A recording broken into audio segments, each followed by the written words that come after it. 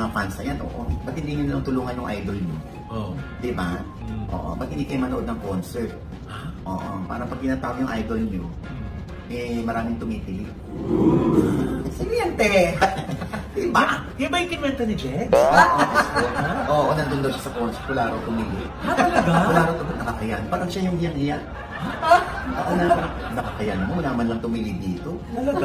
Oo, tinawag na raw, walang tumili. Sabi ko, bakit Jex? Ba't ka ba walang tumili? Oo nga, tinawag sila para pasayawin. Oo. Kaya lang, wala talagang sumigaw. Nakakayan. Wala. Oo. Ano to, lab team? Love team. May kaya hayaan nyo na, para i-bash natin yan, ano?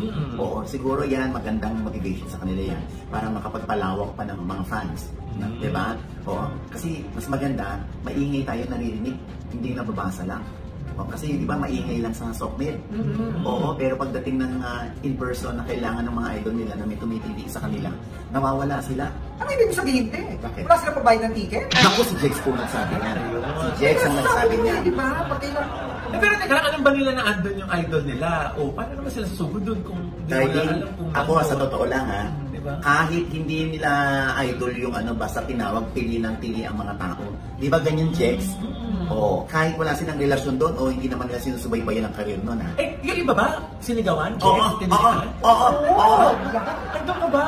Hindi, naririnig ko eh. Ha? Di ba nakapanood ako ng buo sa YouTube? Oo. Oo, tinitilian talaga. Mamaloy, halos lahat tinilian. Dito lang talaga sa dalawa, na-bother ako. Oo. Anong dating sa'yo pagka ganun? Sana nga, te, may future sila.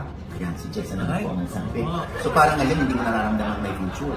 Sa ngayon. Sino Francet ba yun? Gaga, may future yun yun. Ay, okay. Okay, yun? Mama, Kala ko may future yung kasi yung nasa isip mo. Ay, naku, nakakaloka.